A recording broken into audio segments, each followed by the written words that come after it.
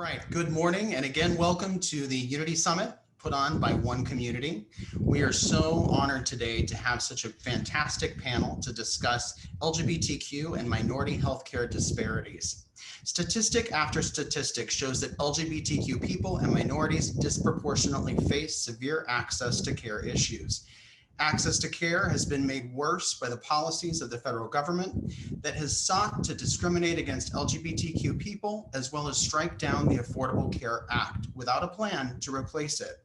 We're also facing a global pandemic that is hurting our vulnerable populations most, especially those with pre-existing conditions and those who struggle with healthcare coverage. Thankfully, we have some great advocates and organizations in Arizona that are doing the work to ensure our LGBTQ and minority populations can overcome these barriers. Today, I'd like to ask our esteemed guests to introduce themselves. We'll start with Ms. Suzanne Pfister. Suzanne? Thanks, Nate. I'm the president and CEO of Vitalyst Health Foundation, and we're a local foundation based in Arizona. We were created by the sale of the St. Luke's Hospital System 25 years ago.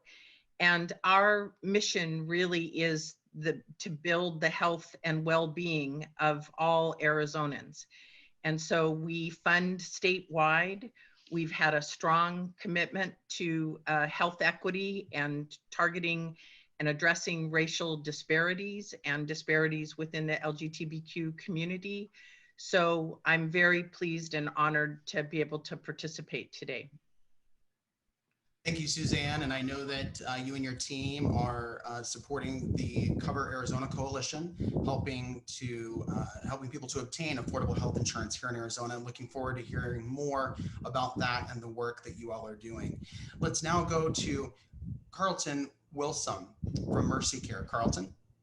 Good morning. My name is Dr. Charlton Wilson. I'm the Chief Medical Officer for Mercy Care. Mercy Care is a nonprofit health plan that serves people in the state's Medicaid system known as ACCESS, or the Arizona Healthcare Cost Containment System. We also serve people throughout the state who are participating in and are eligible for services under the Division of Developmental Disabilities, and look forward to providing services in the future to help people who are in the child safety system known as Department of Child Services and Comprehensive Health Plan.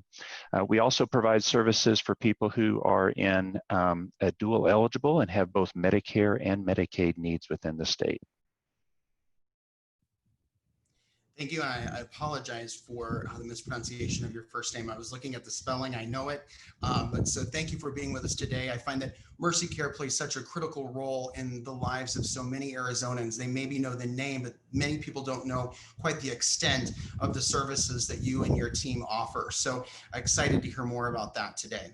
Now to our final panelist, Mr. Glen Spencer from Aunt Rita's. Glen? Thank you very much, Nate. Let me just say that I'm really honored to be on this panel along with Suzanne and Dr. Wilson. This topic that we'll be discussing today is critically important to our community and to each of us, and I think to everybody who's viewing. And Aunt Rita's Foundation is dedicated to the elimination of and suffering from HIV and AIDS that has, for the last 40 years, had a significant impact on the LGBTQ community, particularly gay men. And, you know, what Aunt Rita's does is to both philanthropically support HIV service organizations in Greater Phoenix to give them additional funding to maintain the programs that are so critical so that we can end the epidemic. And we also deliver unique and innovative programs around HIV education and HIV testing. We collaborate with just about every organization and every governmental entity that is focused on this effort. So I'm really proud to be here today, and I look forward to the discussion.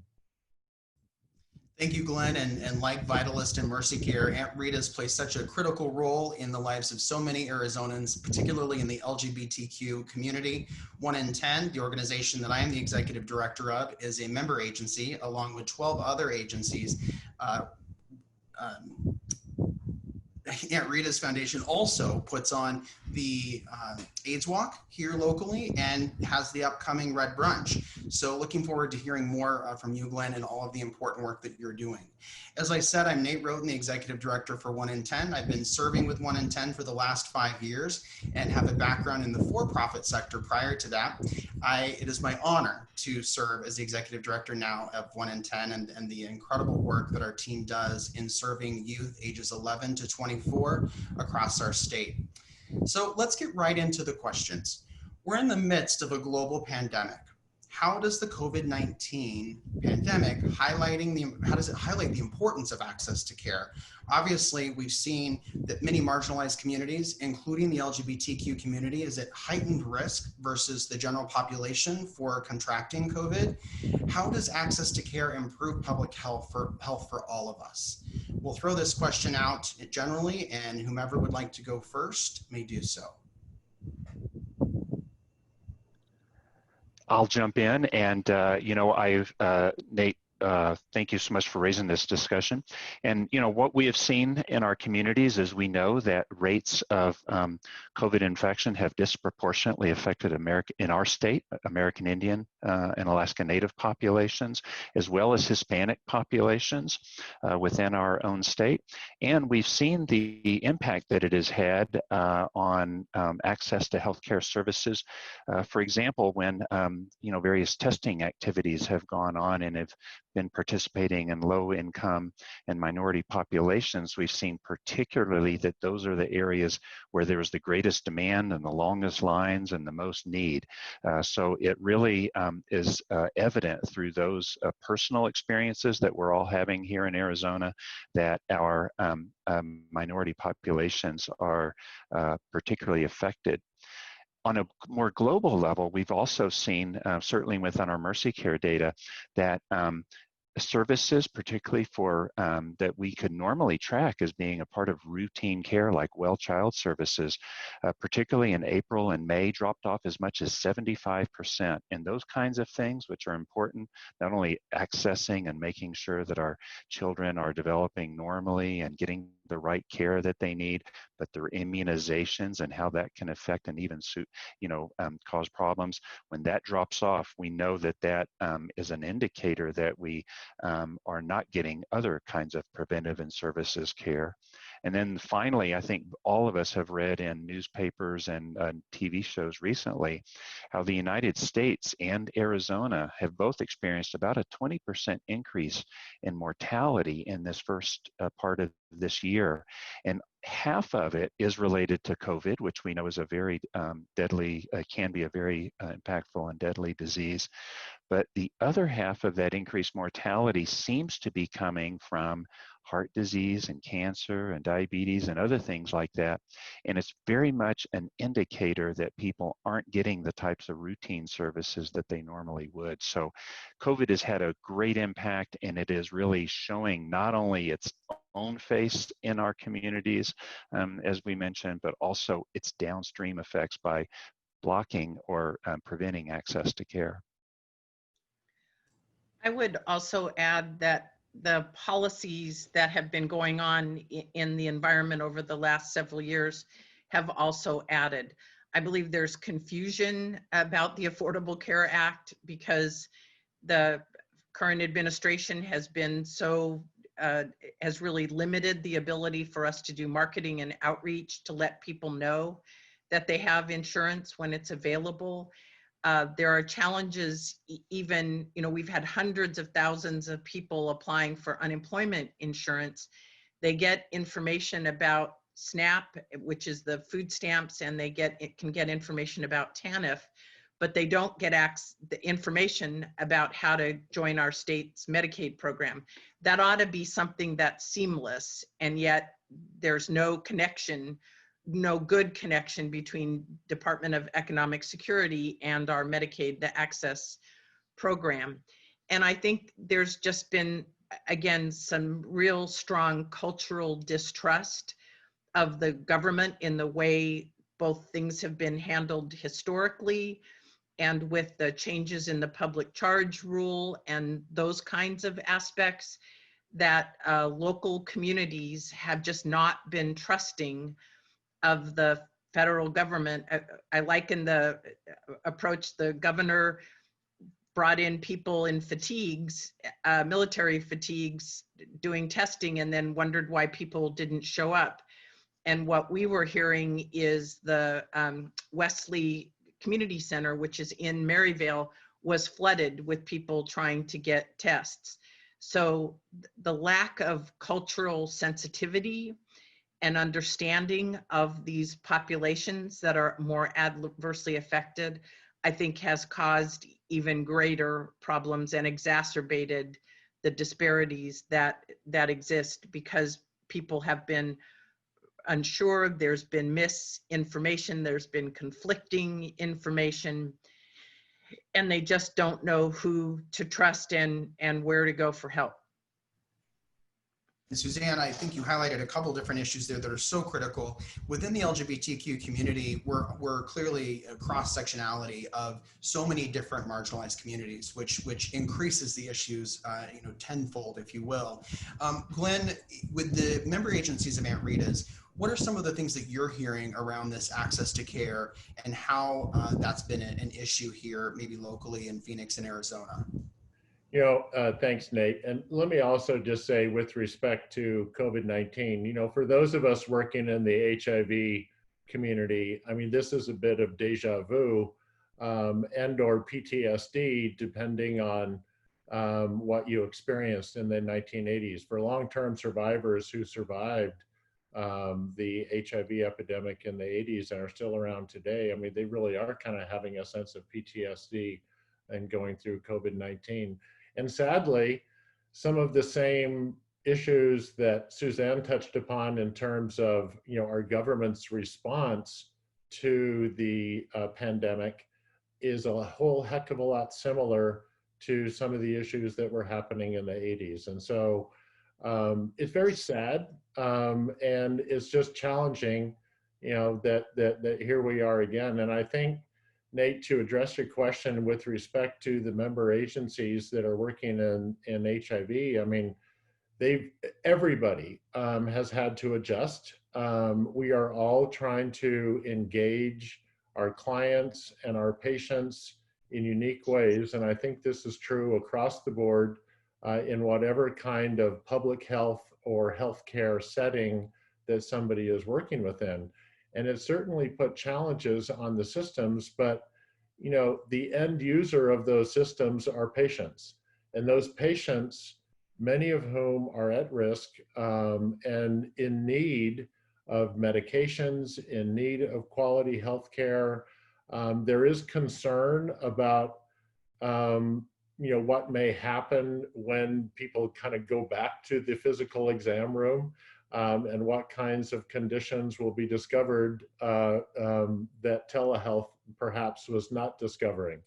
So we're certainly concerned about some of those issues. We're concerned about HIV rates and how testing interruptions will affect HIV incidence and prevalence going forward. But at the same time, let me just say, I'm exceptionally proud to work within a healthcare community. I'm sure that Dr. Wilson and Suzanne are as well, in seeing the adjustments that organizations have made, and also seeing the resilience of individuals through this. I know we're going to get through this, but we're all sort of learning to fly the airplane as we fly it. And Glen, you pointed out that on the other side of this, these are patients, these are lives. And I think that in some ways here in America, we have become immune to the numbers because we are inundated with numbers each and every day. The number of deaths here in Arizona, the number of deaths nationally now exceeding 210,000 lives, not just a number, but lives. And that's so critical that we keep that human perspective as we look at these are patients that need care and access to care. Along that line, what are some of the barriers LGBTQ and minorities face in seeking healthcare? Suzanne, would you like to start? Part of it, we're challenged to not even have accurate testing data by race. let alone by LGBTQ designation. If you look at Department of Health Services dashboard, 30%, when they look at a biracial breakdown, 30% of the data is unknown. And so and we've asked, why is that? Because again, if you don't have good disaggregated data, you can't really get a good handle on it. And the response from DHS has been, well, in the fog of trying to get all of this, some of the testing groups just didn't collect the data. And to me, that's something that our state should have been doing from the get-go. We knew early on that this was having a disproportionate impact in congregate settings and in rural areas, tribal areas in particular, and in our areas with higher concentration of minority community residents. And so the fact that we just don't even have that data, I think, makes it difficult for us to get a true handle. So in some cases, the zip code data is where the hospital was, not where the person was. So we kind of got started even incorrectly by not having access to that data. And then I think there was just, again, the misinformation that has come out both on the state and the federal level. I've been involved in a group of a task force with all the healthcare, the presidents of the hospitals and several of the insurers. And we have sent several missives to the state saying, you're really doing this incorrectly. And our state government was just kind of slow to respond and way too early to open. So I think one of the biggest challenges has just been this misinformation, saying we're making decisions based on science and then absolutely not doing it that way. So if I'm someone who knows a lot about this because I'm living and breathing it on a daily basis, and I'm confused about stuff, I can imagine family members, especially people that are taking care of elderly, the challenges, or people that have family that are incarcerated. These are awful places to be with this, and there's just not. I thought the real irony was that inmates were making masks for the guards to wear in the prison, but not for themselves. So there's just been clear lack of consistent and accurate information that has led to policy shifts that haven't served us well. Thank you, Suzanne. And Charlton, on the Mercy Care side, what are some of the barriers that you all are seeing for the LGBTQ community and minority communities?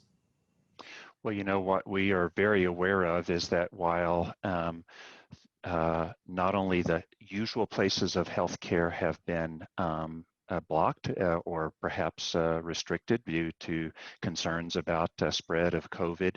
And as we've shifted on the positive side toward increasing telehealth services and increasing points of care that would allow for testing and services, there's a real need to make sure that those are accessible to all populations. So how has technology affected people's accessibility? How people have broadband, whether they have cellular and data mobile systems and processes that support the ability to have remote care. And then also, our locations that are participating in healthcare delivery, have they been affected and more likely to be limited or need to shut down, to isolate or quarantine in those areas that are adversely impacted? So we know that there's going to be those issues, even though there's some optimism in and around creating new sources and locations for care that might address and meet people where they are in a better way. We also need to make sure that that is not equal in our communities. So we need to make sure that our infrastructure for accessing care adapts to this new world as we are more remote. And then sort of building on what Suzanne has mentioned there as well, you know, that issue about trust and the right information and getting the right information.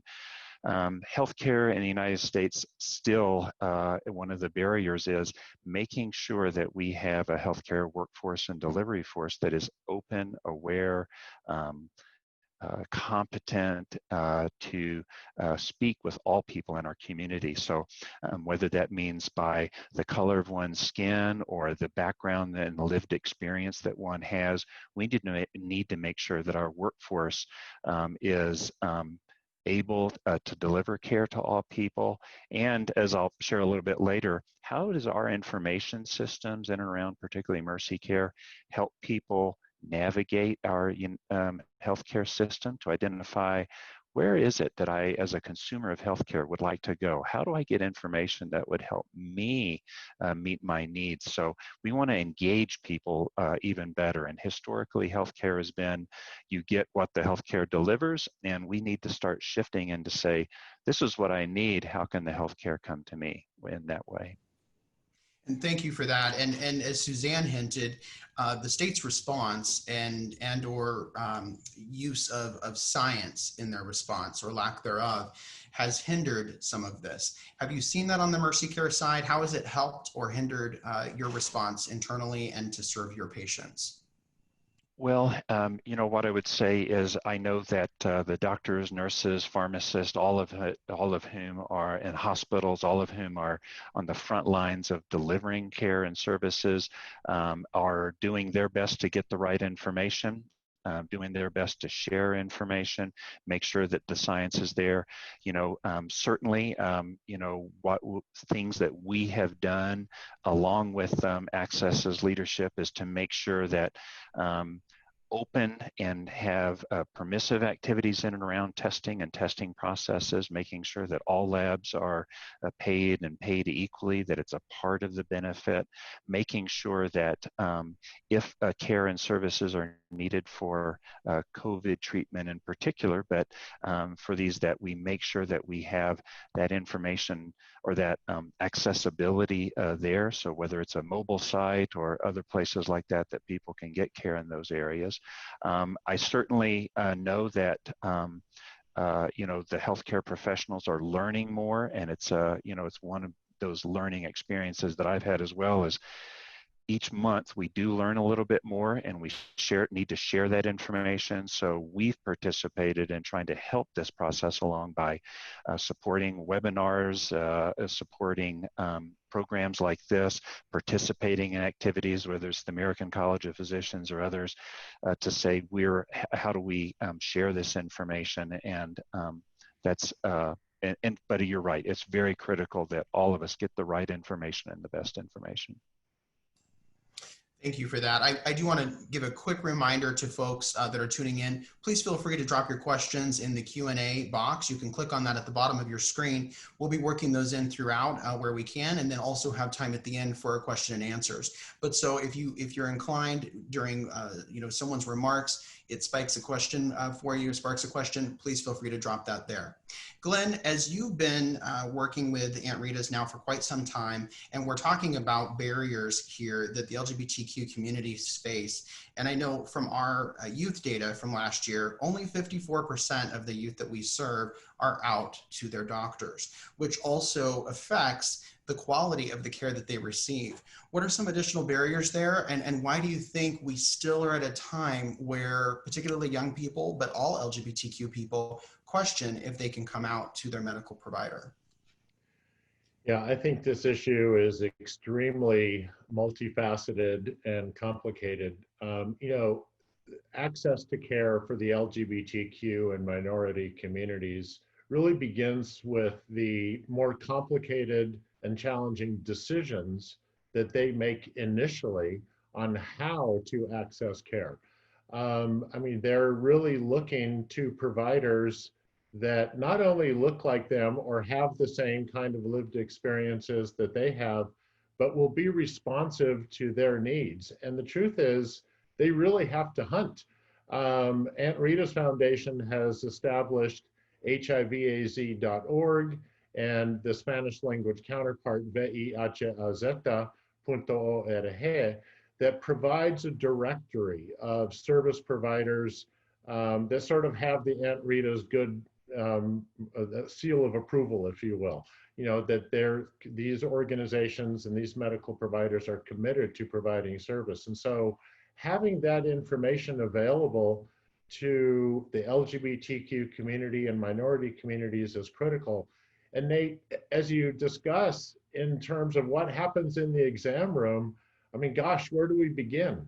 What happens in the exam room is often a medical provider that is not engaging the patient where they are, is not allowing the patient to identify the needs that they have, is making assumptions about patients. And truth be told, I mean, this happens across all spectrums, but at the same time, I think it's more acute in the LGBTQ and minority space. I mean, how many stories have I heard of a patient asking their provider about PrEP and how I can get PrEP, and the provider's response is, "What's PrEP? And why would you need PrEP? Why would you need such a thing?"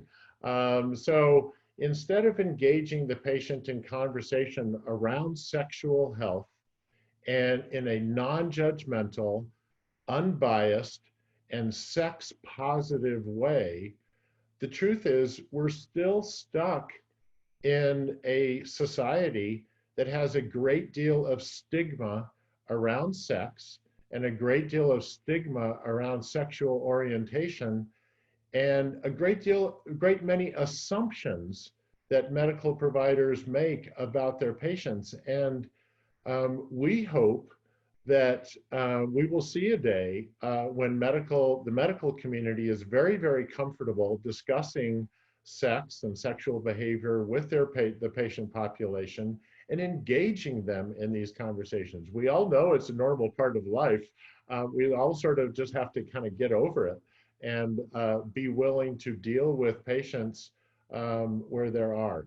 Very quickly, Nate, I just want to point out a couple of really shocking statistics, especially in the HIV space. If for Caucasians, if a person is a 25-year-old Caucasian male and he is having sex with other men, he has a 1 in 11 chance of becoming HIV positive.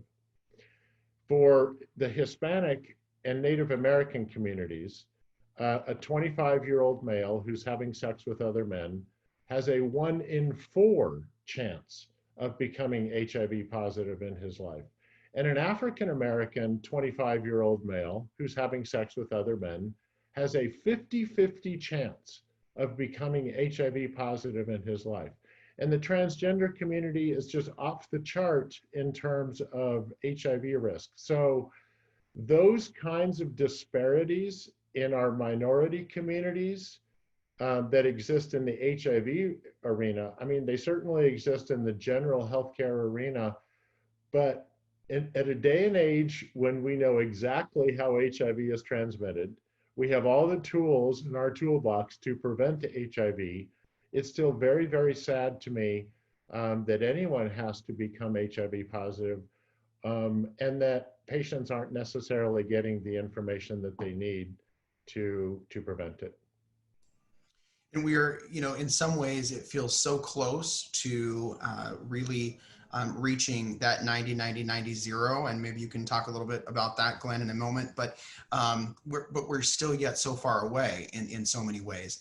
At 1 in 10, we see a lot of youth experiencing homelessness, and in fact, we're completely relaunching our housing program through the support of a Spark grant from Vitalyst. And so thank you, Suzanne, to you and your team for enabling us to do this incredible work and really transform our housing program to meet youth where they are and ensure that we're running a very youth-informed program. Along that line, how are your organizations addressing the specific needs of LGBTQ people and minority populations? So specifically, LGBT, and I'll share with you that, as I mentioned, many of our youth are not out to their care providers. Many of them say that they'll go in, and just the simple fact of not having an intake process that recognizes their pronouns, that recognizes their identity, makes them leave or cease seeking care. So what are we doing as a community, as a healthcare community, to respond to that and ensure that we're addressing those specific needs? Well, I'd love to jump in. Well, go ahead, Suzanne. Go, Charlton. Okay, thanks.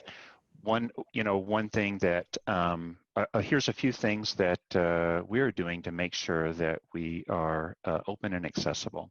One thing we're doing is in our provider directory, making sure that the information and specific information is actually searchable and identifiable. We expect this in our other parts of our life, like our online shopping and things like that, to be able to identify, well, how will this provider serve me? So we've included and made sure that we've included the opportunity for our healthcare providers to identify that I have a special affinity or an ability or an interest in caring for LGBTQ people, and having that on the directory so that it's searchable, so that when a patient wants to look up, where could I go or where should I go, if they don't have the connections that I know exist out there informally and friends, and where should I go? What would be a good place? Make that a part of our normal consumer experience. The other things that we're doing is making sure that through our colleague resource groups at our company, to make sure that we're doing training and education and making awareness of all people about our words, our language, our responses, our ability to respond to people and where they are, so that when somebody does engage with any of our, whether it's a member services or a care manager, that we actually have that information, so that we've, if those of us, maybe if someone is not comfortable themselves, they at least develop some skills to become comfortable, so that I can talk with people who may not have had it may be new to me and my life experience, but I can be open and I can work with people who have different experiences. And then finally, we are just starting, and we need to do so much more, but to be able to make sure that our systems are actually open to the sexual orientation and gender identity types of data, so that we have those fields in our systems that identify how would this person like to be communicated with, and how would it be at that first call or that first interaction an open and welcoming experience, so that all of the complicated stuff about healthcare can come along as well. And Suzanne, let's go to you now on the Vitalyst end. What are the specific things that you all are doing to address the needs? So we have a wide array. So let me just tick off some. Part of it is making sure we've got disaggregated data. So asking our community partners, our nonprofit partners that we work with, our board, our staff, our grantees that apply. So we've been digging in and asking for all of that data, so we have a better sense from a benchmarking standpoint of where we are, as well as where we want to be. And we've added equity for the last several years is part of our grant making criteria. So when we're looking at it, that lens is built in as a large part of the criteria. So the question for our grantees when people are applying is, how are you serving your underserved community, or the community that has health and equity disparities? And so that is a key focus when we are granting. We also do a lot of technical assistance for nonprofits throughout the state. And so we're looking at that with an equity lens as well, ensuring that that it's open to everybody, but that we're targeting information to groups that may not have participated or may not know about us. So we've done a lot of outreach, working with chambers of commerce that are diverse, working with nonprofit associations such as yours, Nate, to make sure we get our information out, that grants are available, that free technical assistance is available. So really going that extra mile to make sure that everyone knows what we have available and can take advantage of it. But then on the flip side, documenting where we are for the services we have provided and how we can do better. And for many people, they may not understand fully what that technical assistance does for a nonprofit, but particularly a small nonprofit like 1 in 10, that as they call TA or technical assistance is just invaluable. And the professional that we've been able to contract with out of Seattle, that's a specialist in youth homelessness, is a resource that we never would have been connected with otherwise. So thank you for you and Vitalyst and your doubling down here in Arizona to address those issues.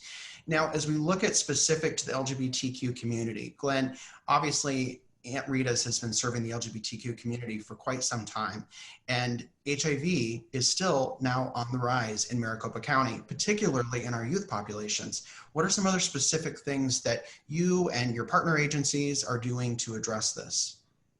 Yeah, thank you, Nate. And you're right about the increase in HIV incidence. You know, between 2011 and 2018, HIV new diagnoses in Arizona have increased by 35% in that 7-year time period. And in the same time period nationwide, they decreased by 10%. So we were sort of going in the opposite direction, and we really have to do better. One of the things that Aunt Rita's Foundation is doing in addressing individuals is we have developed over the last 2 years innovative HIV testing models that help to overcome some of the stigma that individuals may have in getting an HIV test. So for the last 2 years, we have administered a contract with our state health department to deliver home HIV test kits to individuals' homes and really eliminate that stigma. And we see this in even the user surveys after these services, that people love the fact that they can test in the confidentiality and comfort of their own home. All of our data suggests that all of those individuals who have tested positive as a result of that self-testing have connected into medical care. So I think a lot of the old concerns that some of the HIV community had around what may happen to an individual who discovers their status and what are they going to do in terms of self-harm or anything, we just haven't seen that bear out. Instead, people are connecting with their doctor. It's kind of their first thought if they test positive. Gee, I better call my doctor and utilize my Mercy Care benefits to go connect with somebody. So those unique testing models, we also have unique partnerships with Sonora Quest Laboratories, as well as Albertsons and Safeway pharmacies that have increased testing locations by 100 new locations throughout Arizona. So again, these are trusted community partners where an individual can go and find out their HIV status for free. All of this is free of charge to the individual. And they don't have to overcome the stigma of walking into a county health department and saying the words, I want an HIV test, or walking into an HIV testing program, which can be self-stigmatizing to many. As we've tried to address individuals and the patient population, we've also realized at Aunt Rita's that the provider population needs education as well. So we have developed sexual health education programming for primary care physicians. And this November, we're so excited to deliver the first of these series. And we have 4 virtual education sessions that are geared towards primary care physicians to teach them about sexual health assessments, to teach them the language of sex positivity, to teach them about PrEP and HIV prevention and all of the amazing HIV treatment tools that are available, and to educate them better about STIs and STI transmission and the connection between STIs and HIV.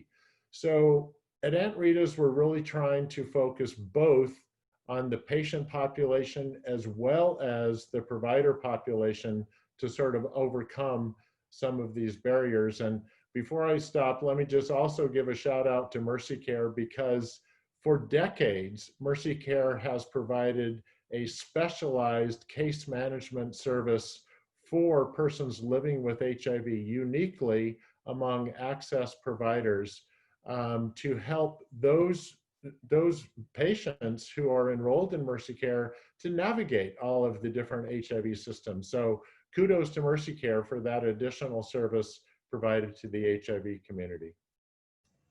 Thank you, Glenn. And I love the at-home test kits. I think that's just a game changer in many ways, particularly at a time when we're all home a whole lot more. If someone wanted to obtain one of these tests, how would they do so? Yeah, thank you so much for that question. All they have to do is visit gettestedaz.org, and they'll find all of the different options for testing, including the home test kit or testing at Sonora Quest or testing at Albertson Safeway. They can select their preferred option in whatever community in which they live and select their test for free. Perfect. Thank you so much. Now, as we look at the unique needs of the LGBTQ community and other minority and marginalized communities here in Arizona, what are some of the, some of these needs that you all are seeing with the patients that you serve or the clients that you have, and how are you addressing those? Charlton, do you want to, Charlton, sorry, would you like to go first? I sure would. And so, as Glenn mentioned, the first thing is engaging with people and giving them the information and the power to, whether it's through home testing processes or home health processes, to make sure that they are in charge and have the information necessary to get the care that they want. Next thing that I think is really important that health plans and things like that can do, and Mercy Care has done for a long time, is make sure that the right thing is the easiest thing to do. And therefore things like making sure that HIV medications, particularly in PrEP, don't have prior authorization requirements or things like that, so that one reduces the challenges and barriers that one might expect in other situations, so that the right thing to do is there. The other thing that I think is that I'm particularly proud of, but also aware of, is the importance of thinking of the whole person.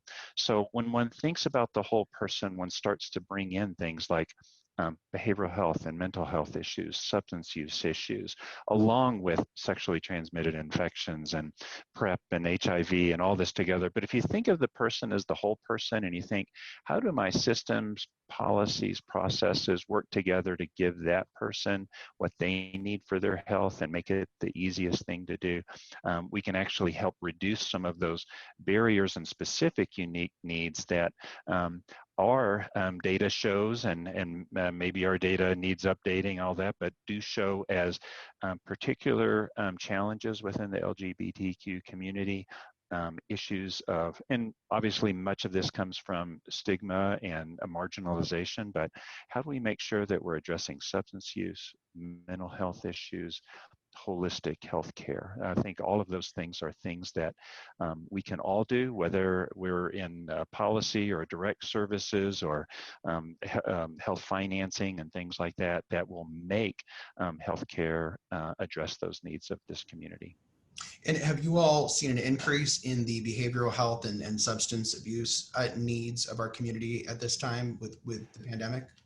In fact, we really have. We have actually seen an explosion in the need for substance use disorder treatment in particular, but actually, while we saw hospitalizations for physical health conditions, diabetes, heart disease, sort of scale down a little bit, and maybe people were able to maybe get some care. I still worry that they weren't getting care, but scale back.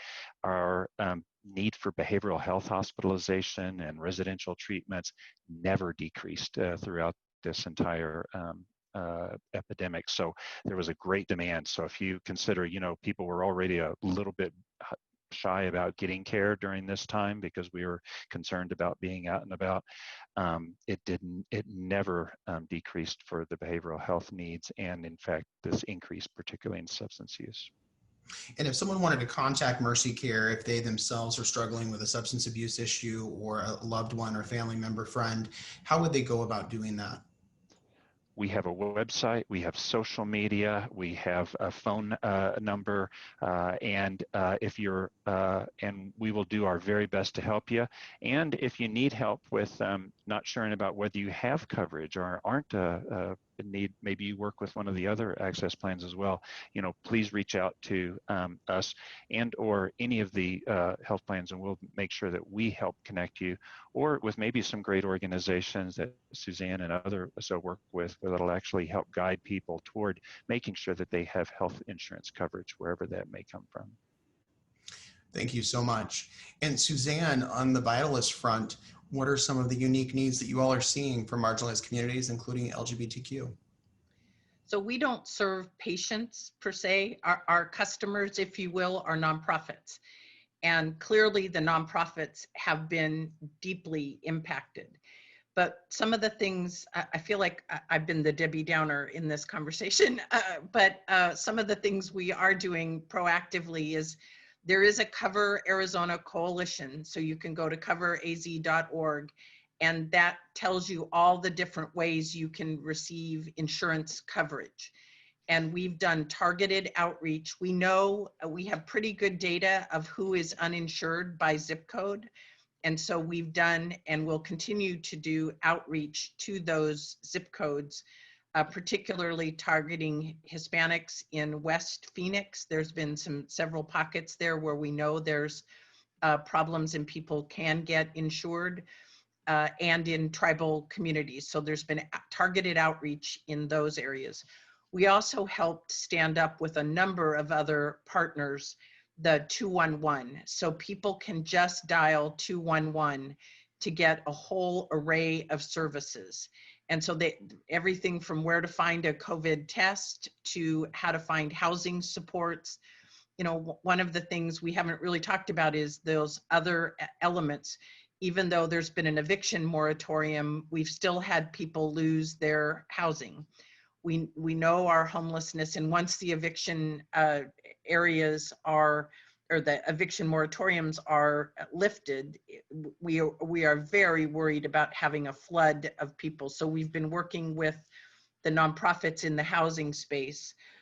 We also asked, our board committed an extra $1 million for this year for equity grants, deliveries straight to nonprofits that are dealing with uninsured and groups with health disparities. So we are starting to get ready to give those grants out, as well as policy and systems change grants, and additional technical assistance to nonprofits in the financial stability. So those trainings will be rolling out over the next several months.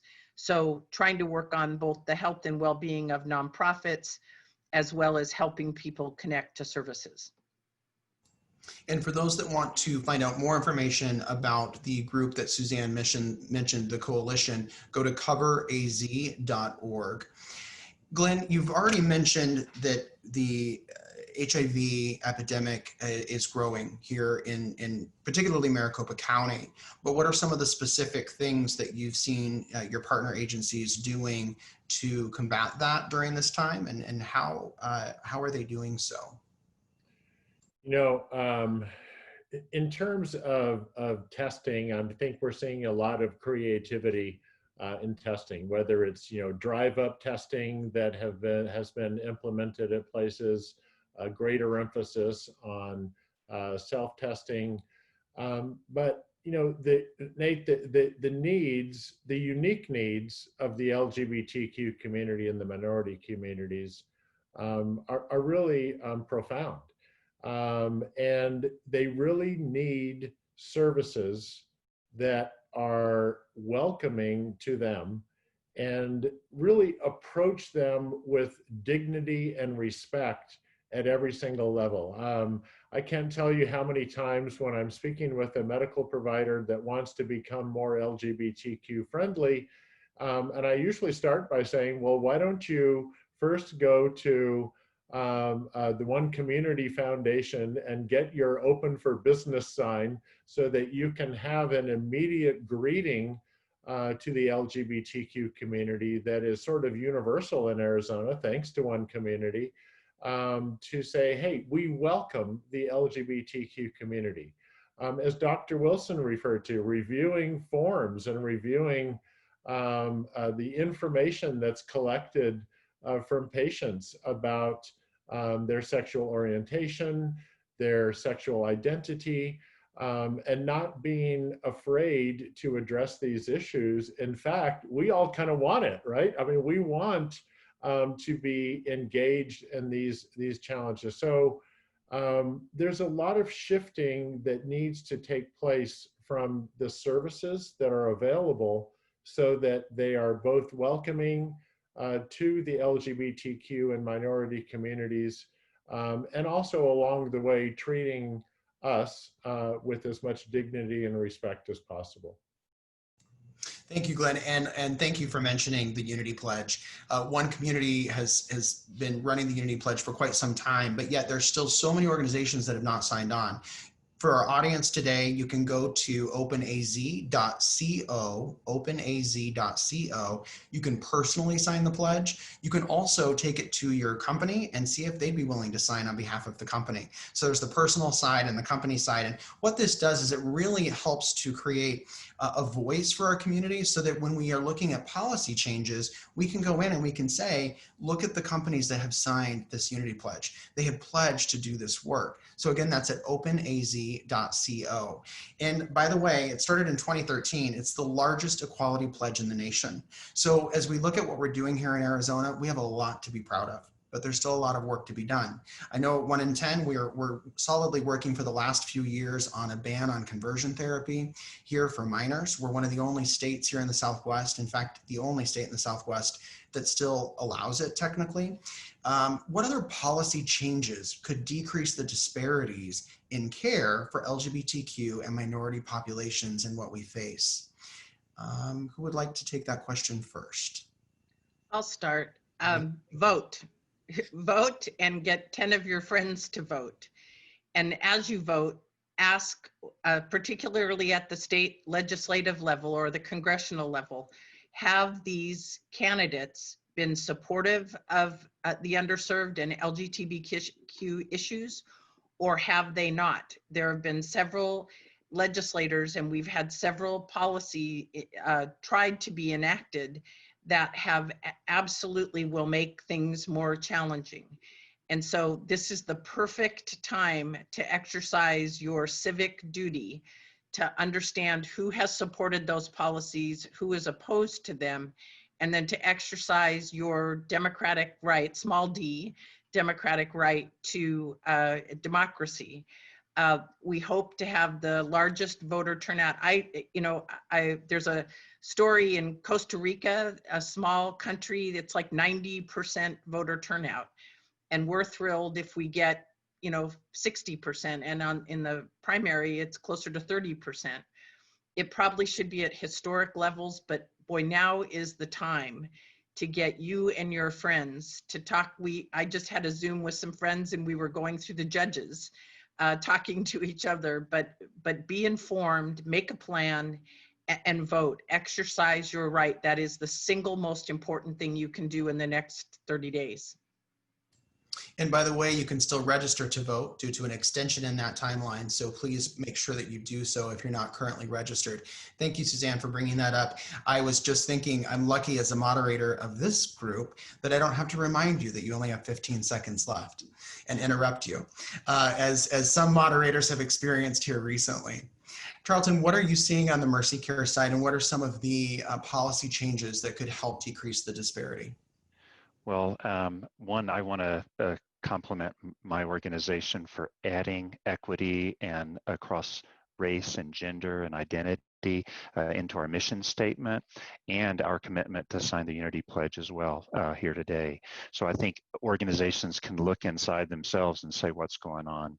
I'd also say that from a standpoint of our healthcare delivery system is let's make sure that we're using the best science out there across all things, including evidence in and around medically necessary services for people who are LGBTQ, and particularly in and around transgender and gender identity is an important issue, growing evidence that in fact effective, safe, and good treatments are available that help people live the lives that are important to them.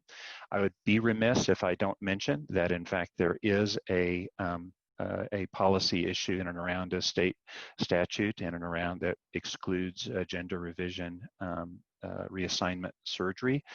There is some pending litigation in and around that area. I don't have additional information around that, but that is something that is happening. And I'm reminded of that because of what Glen has taught me is sometimes there are state statutes and that one thinks will never change, and then in one afternoon they just change all of a sudden. So it's always important to keep what's the right thing doing and to keep that hope about what we all believe in. Thank you, and I so appreciate Mercy Care's dedication and commitment to the LGBTQ community. We have seen that even before it was popular. So thank you. And Glen, as he just noted, things can change in one afternoon, although a lot of work went ahead of repealing what we call no promo homo. And this was the inability of comprehensive sexual health education in the schools. We only have a few minutes left, but I want to make sure that we address this. We've repealed it, but now we're seeing attempts to backtrack on that. What's next there, Glen?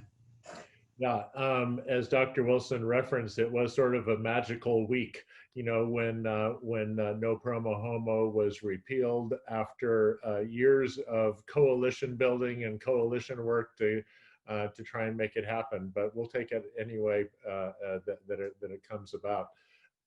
And Nate, your point is really valid, because just because we repealed the legislation didn't mean that automatically school kids were receiving the comprehensive sex education in the classroom. And in fact, those decisions remain with the local district. So, you know, the policy changes are really multi-layered, and some of those policy changes need to take place at school districts. I mean, I'm always encouraging parents to communicate with their school district leadership and express their opinions about the need for comprehensive sex education in our schools. It starts with our local municipal governments. I mean, the city of Phoenix, as you know, Nate, has been so amazingly supportive in the Fast Track Cities initiative, signing on to support an end to the HIV epidemic. And it's so vital to us to have that municipal support from the city of Phoenix. And we also need our state to do better. We need our state government to do better, pass the non-discrimination legislation. We need equal rights for all. We need access to medications. Dr. Wilson talked about making sure that on our access and Medicaid formularies that HIV therapies are available on them. And right now they're not all available. So that's one of the things that Aunt Rita's is working on, is to ensure that medical providers have all the tools that they need to make sure that they can treat 100% of their patients effectively who may be living with HIV. Thank you, Glen. Just a few minutes left. I wanted to offer some closing thoughts. Dr. Wilson, would you like to offer some closing thoughts just briefly? Well, I just